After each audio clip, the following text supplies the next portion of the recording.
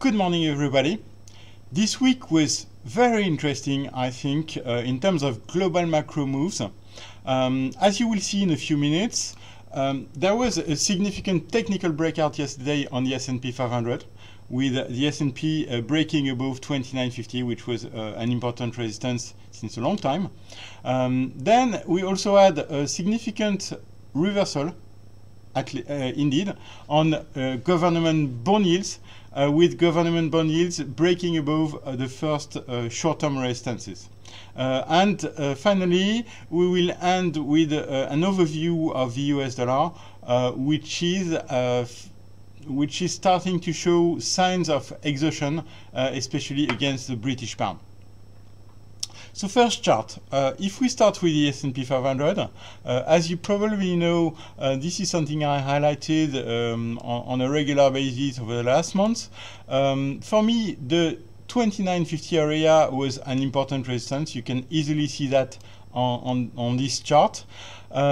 We broke above, the S&P broke above this level on Thursday, which sounds like a short-term bullish signal, and at least reduces the probability of seeing another wave down.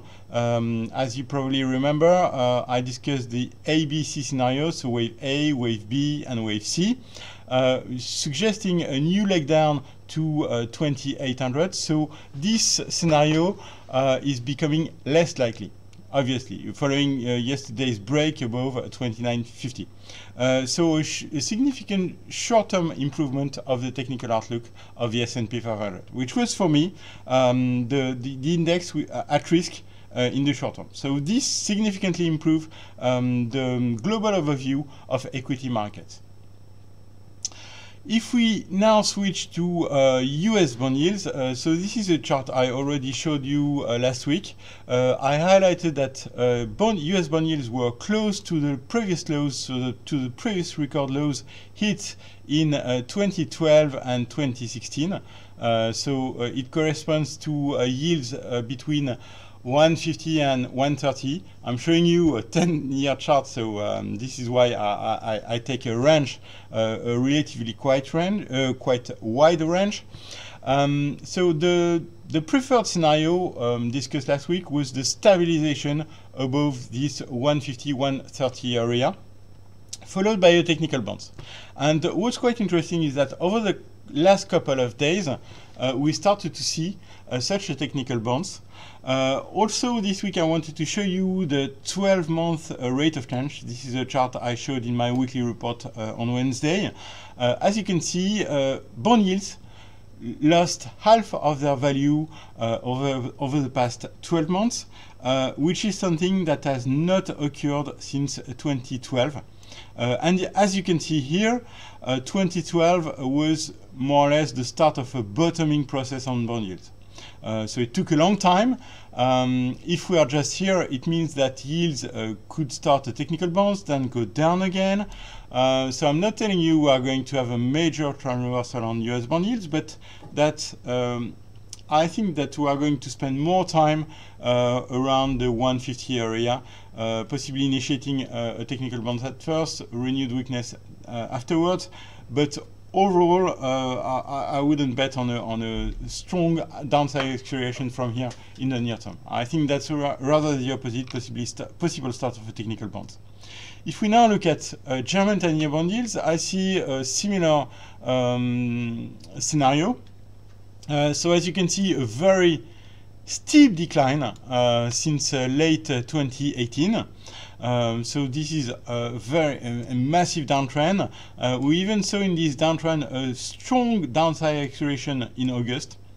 And as you can see here, over the last few sessions, start of a mean reversal move with, you will recognize, a typical double bottom formation validated on Thursday, suggesting that this mean reversal move is likely to continue in the near term, at least to the 50-day moving average.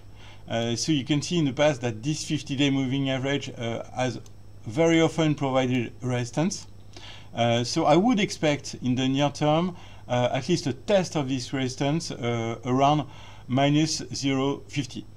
minus 0.50 is approximately also the initial target of this double bottom formation on German 10-year bond yields.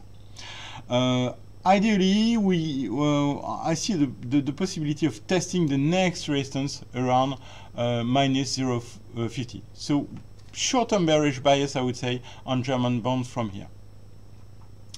Are we, the last question before going to the next slide. Is it the start of a big upside reversal? It's of course too early to answer to this question. Let's first see what happens around minus 50, minus 40, which is the first resistance zone. Another important event this week, the reversal of the British pound against the US dollar. So you can see here that over the last couple of years, so over the last 3 years, the 120 area has been a quite important support zone for the British pound against the US dollar. This support level was broken at the start of this week. And we saw, what's quite interesting is that we saw a similar event than in late 2018, which was a rejection of this breakdown, followed, so we saw after breaking below 120, a very strong bullish reversal from here, showing that probably traders are not ready to keep selling the cable below 120. So I'm not telling you once again that we are at the start of a major bullish reversal on the cable, but it shows that obviously traders rejected recent lows, which means that the rate is likely to start at least a stabilization process above the 120 area. So possible stabilization of the pound in the near term. If we look in parallel what's happening on the euro dollar, you know that the euro dollar is the champion of false signals over the last 2 years, and probably we had another false signals. You can easily see that breakdown below a key support line, which probably triggered a lot of stop losses.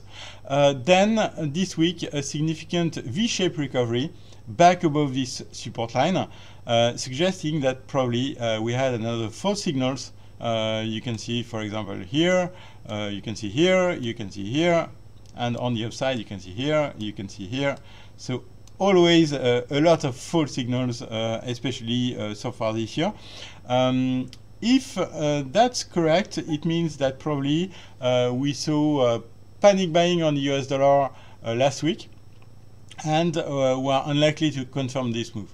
So potential start of a bottoming process on euro dollar, bottoming process on the British pound, which means that the US dollar may start to look a bit toppish. This will be something to confirm in coming weeks. That's all for today. Have a great trading day.